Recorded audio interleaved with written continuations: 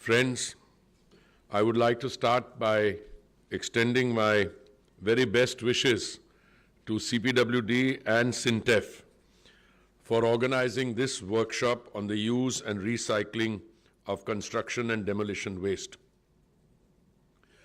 I think this workshop is an excellent opportunity to gain insights into national and international expertise and the best practices available all over the world in the field of C&D waste recycling.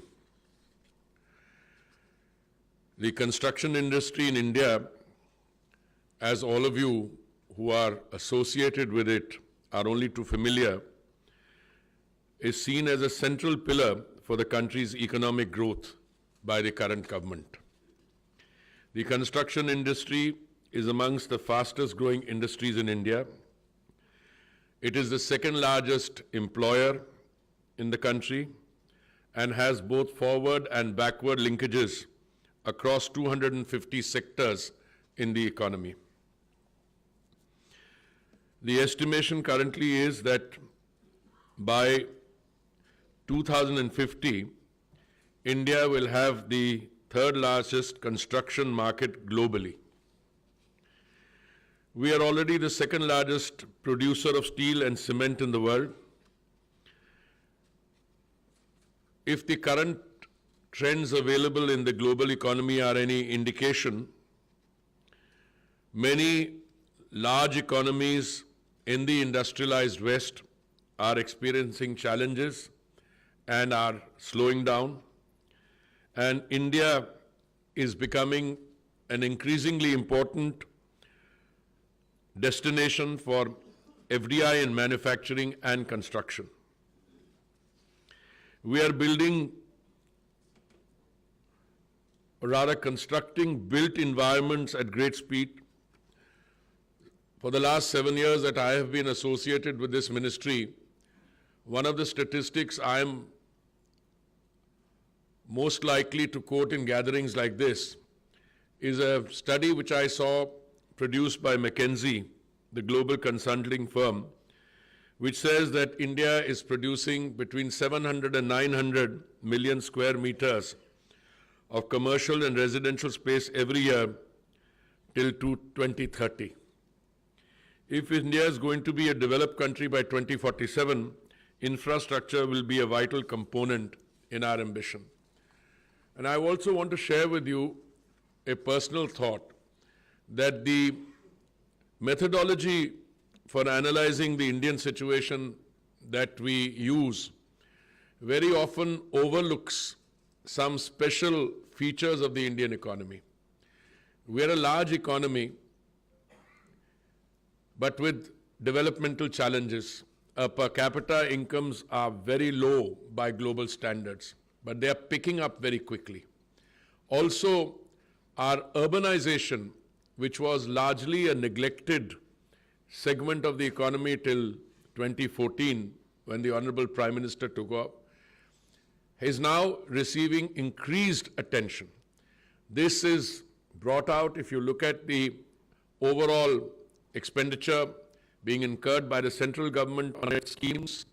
I've very often, like the McKinsey study I also quote, that between 2004 and 14, all the central government spend on urban space, so I'm not counting the private sector, was about 1,57,000 or maybe 1,70,000 crores if you look at the contribution of the states as well. And in the 10 years of the Modi government, going forward from 2014 on now, it is more than 11 times that. Also, some of the infrastructure projects are of course those which were the requirement. Building a new parliament, the old parliament was conceptualized in 1916. It started construction in around 1920, was built in a few years after that. It was never designed to be the parliament of an independent, sovereign and independent country. It was designed to be the imperial legislature of a colonial dispensation. New Kartavya Path, Bharat Mandapam, Yasho Bhumi. Apart from those, if you look at the expenditure, or rather the sheer figures on the highways, the airports. So construction and demolition waste in India has to factor that amount in, and in addition to that, the fact that much of the construction which took place after the 50s, 60s was not conforming to a plan. It was not built for the future. Much of Delhi, which was constructed in the 60s, I suspect has to be rebuilt, and quickly. And it's already something which is in India. And as Secretary explained, I think very clearly, what was the tendency earlier? If you didn't have a scheme in place, somebody would have your waste, dump it outside the city limits, all right? Now that there is an increasing consciousness which is on the environment, which is also on the waste to wealth route, now we are putting in issues place. I'm very happy. I think when the Honorable Prime Minister assumed responsibility in 2014 May, I think the amount of waste we used to reprocess was about 16, 17%. Now we are talking about 78%. And I think in the next 2 years or so, we are planning to take it to 100%. So workshops like this, where you have a chance of exchanging views, learning of other practices, and collaboration. And it has to be, it's not an altruistic exercise. I think there are economic processes involved in here, and the stakeholders have to be made aware of those economic processes so that they can take advantage. I have a very long list of substantive points, but I'm going to request my colleague, Mr. Jain, to put those out on the web or release my remarks, because I think that it only will amplify what I'm saying in terms of facts and figures. One of the 2 points that I do wish to make, however,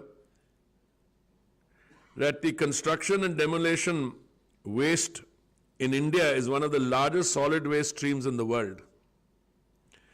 Our partners in this workshop, Sintef, estimates that the construction industry in India generates about 150 to 500 million tons of C&D waste every year.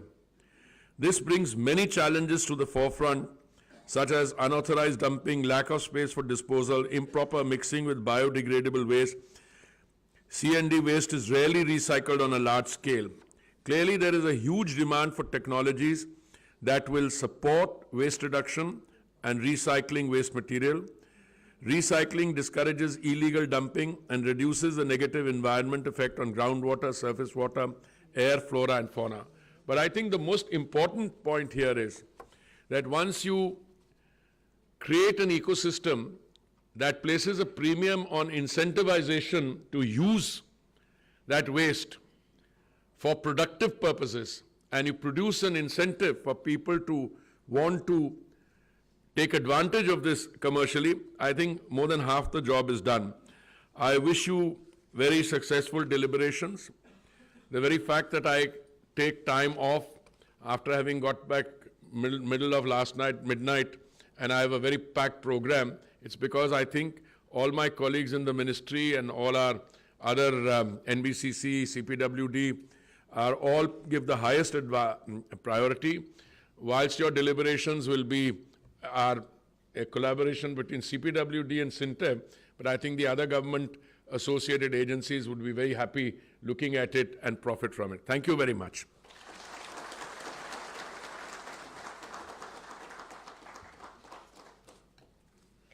Thank you, sir. That was an amazing speech, and I think we've learned a lot. Can we have another round of applause, please? May I please request the Additional Director General Tech, CPWD, Shri Naimuddin ji, to thank our dignitaries for their invaluable presence.